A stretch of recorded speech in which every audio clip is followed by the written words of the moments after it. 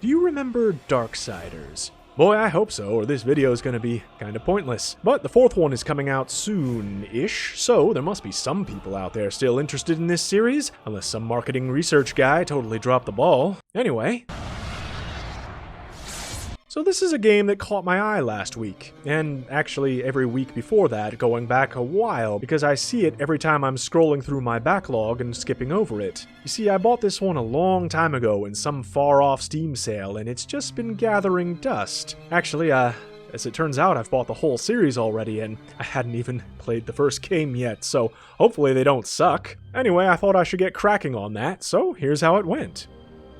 I'm not sure what made it stand out to me. The box art, kinda, it just had that look of a late 2000s kind of macho game appeal to me. Just some nice, dumb, simple, action-y fun. And as it turns out, well, we'll get into that. So in Darksiders, you are war.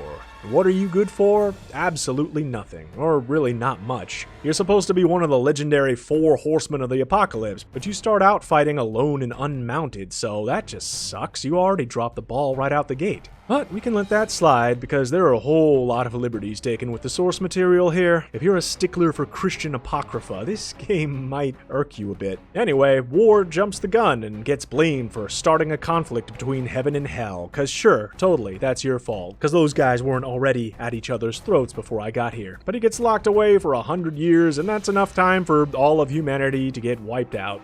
Whoopsie, but he's given a reprieve to right his wrongs and hopefully try to fix something, although I don't know what you fix at this point. So this game came out in, 2009, and boy does it show it. This is the era when games were really pushing into the mainstream, and we got the frat boy bro gamer era of sports and action games and what have you, and man does this game exemplify that. I like to call this the big shoulders era of character design, when men were men, and games were made for them, before, gaming broadened and they started making games for other people too. And the gameplay reflects that. You pick up your big sword and you hack and or slash as you will. You can get upgrades too to do more stylish hacking and slashing, which is largely unnecessary, but hey, variety is nice. There's other things you can do too. You can pick up cars and huck them at people like the Incredible Hulk, which is clunky and largely pointless and also oh so satisfying. And you can get items to power yourself up, and it just charms me to see war gliding through the air on a gentle breeze like a dandelion in the summer. And of course, more weapons, like this ninja star, which is big and slashy and you can throw it out and deal damage, which is a little out of place because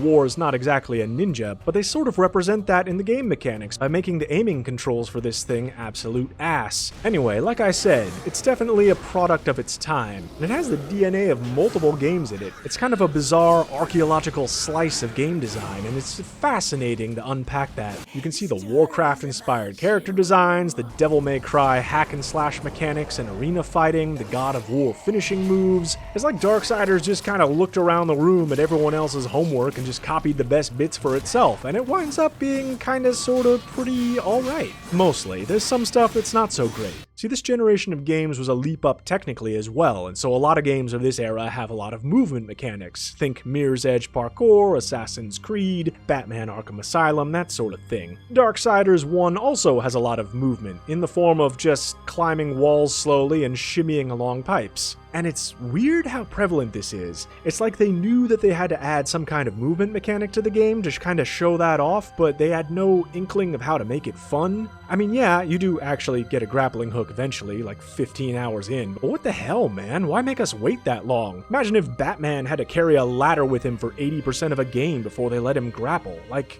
give us the fun stuff right off the bat. What are you doing? But as it turns out, slicing and moving are only parts of the game. There's also puzzles, which I was not expecting. Finding keys, opening doors, sliding things across the floor, and once I got to this, it suddenly came to me, wait a second here. Am I playing a Zelda? And once I noticed that, everything kind of fell into place. Yeah, War with his hood and his big sword, he kinda sorta is just a buff edgelord Link, isn't he? And the more I realized that, the more I got on board. Zelda the Metal Album has kind of a nice ring to it. Sure, the puzzles aren't exactly brain-bending, cause War isn't exactly renowned for his keen intellect and patient problem-solving skills, but, let's face it, Zelda hasn't been much of a puzzle series for a while now either. It used to be, back in the day, but then we got one water temple that broke people's brains, and it's all been downhill from there. But also, sprinkled throughout, there's some nice variety here and there. Good variety in levels, some new mechanics thrown in, like you might ride a majestic beast and shoot down enemies, or you can pick up a big gun and go blasting through enemies in a turret section. And all of this is fun and cool, fun enough that you can kinda overlook how the aiming on a controller is kinda trash. And I have to say, on the whole, I kind of find myself liking Darksiders. It's not at all what I expected, but my expectations were pretty low going in, so who the hell cares? I expected some macho brofest, and I discovered a decent enough action game with some cool stuff thrown in and some puzzles and variety enough that it basically amounts to a good time. I can't even think of much stuff to complain about other than, I don't know. It annoys me that treasure chests have health in them. It's just wrong. Treasure chests are for treasure. But minor quibbles aside, it gets a thumbs up. And it does make me consider playing the other ones. Darksiders 2 and 3 are waiting in my backlog. I could pick them up. I'm not sure what I'm gonna do yet. But man, isn't it kind of inspiring? Because by all rights, this series had no right to exist. I mean, the company that owned them went bankrupt and they went through all manner of hell on earth to try to get the series back on track. They had meant to make 4 games from the very beginning, and by God, it looks like they're actually gonna pull it off after 15 years. Somebody really wanted to make these games, and that is just kind of heartwarming. So, kudos to them for that. Anyway, that's my time with Darksiders. I'm gonna go play something else now. Take care, everybody.